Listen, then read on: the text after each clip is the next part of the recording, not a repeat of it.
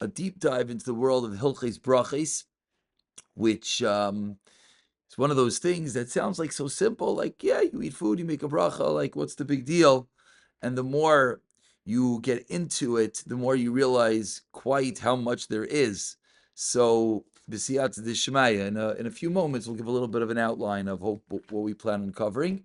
But as always, let's just start with a short vart, a short thought on the parsha, which it's going to be a little bit last week's parsha, this week's parsha. It's really one of the same. Last week we have Shaftim, and we have the Torah teaching us about who shouldn't go to battle.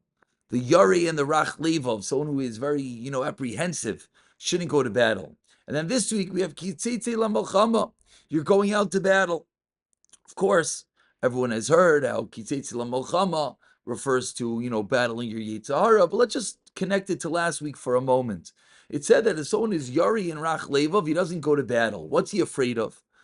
So possibly we've all heard he doesn't go to battle because he's afraid of Averos Shabiyadeh, the Gemara says. If you sin, if you have issues, don't go to war. War is not a place for one with Averos. And the problem is that if you look further into the topic over there, the pasuk says Shema Yisrael, Klal Yisrael is told, and Rashi says even if you only have the mitzvah of Shema Yisrael, you go to battle. So which one is it? What's going on over here? You just have Shema Yisrael, you have Averos. So many pshatim. I just want to point out two very quick ones, which I think could teach us an incredible lesson. One beautiful lesson I saw from the Kotzker Rebbe. He says, even if you just have Shema Yisrael, you go to battle. If you have Shema Yisrael. What does that mean? What do you mean? We all say Shema, don't we? We say it in the morning, we say it when we go to sleep, we say it with the kids. Explains the Kotzker Rebbe. But if you really have Shema Yisrael, if you Shema Yisrael, Hashem Elokeinu, Hashem Echad, it's the simplest of psukim, right? We all know what it is. We all know what it means. It's so simple. Yet when we say it, do we pause for a moment and realize what we're saying is Hashem Elokeinu, Hashem Echad? God is everything. HaKadosh Baruch Hu is the one, the only one. All is His. God is holding my hand. Do we realize that? Maybe not. But if we did, then that's enough to take you into battle. Just one simple mitzvah, one simple pure mitzvah would be enough. A beautiful, empowering idea for you to realize what it meant to do just a simple Shema Yisrael. It's not so simple. But the other idea I would like to focus on is the Gemara says, you have Averos biyadai in your hands. Why Averos biyadai? There's many types of Averos. So I saw a beautiful pshat, is that Averos biyadai refers to Averos between man. Biyadai, bin adam l'chaverai. If you stole, chas v'shalom. Other issues you might have with another person. For those Averos, you can't go to battle. You know why? Because you got to fix them. Yom Kippur, tshuva, doesn't help if you owe someone else money, if someone steals. But what if you have regular Averos? Averos between you and God, you could go to battle. Why? Because we believe in tshuva.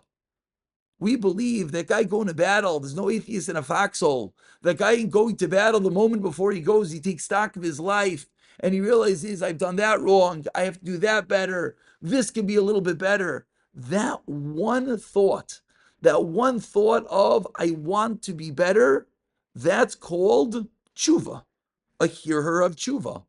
And we believe you have a hearer tshuva, you're a tzaddik at that moment. And it's something that we really have to believe.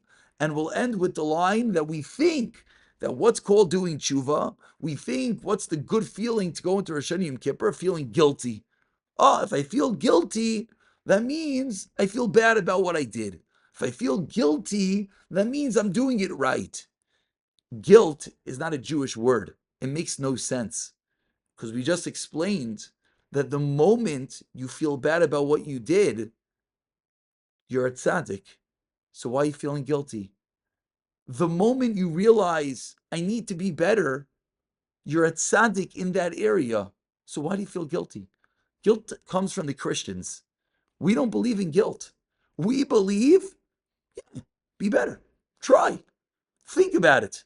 Have that thought. I want to be better in this area. Make a plan how to be better in that area. you're a tzaddik. Finished. What are you feeling guilty about? So if you have a virus biyadai, don't go to battle. That's very scary. But if you have a virus in you and God, you can go to battle. No big deal. You know why? Because just think about it for a moment. Realize what you did wrong. Commit to try to be better. And you're a tzaddik. Now, it sounds so simple. And therefore, we don't believe it. But if we were to believe it, then we could actually work on it. And then we could actually become the tzaddikim that we really are. If we were to believe, we're about to learn Hilchas Brachas. And today, the big problem is going to be whenever you start Hilchas Brachas, you realize that, oy vey, we have big problems.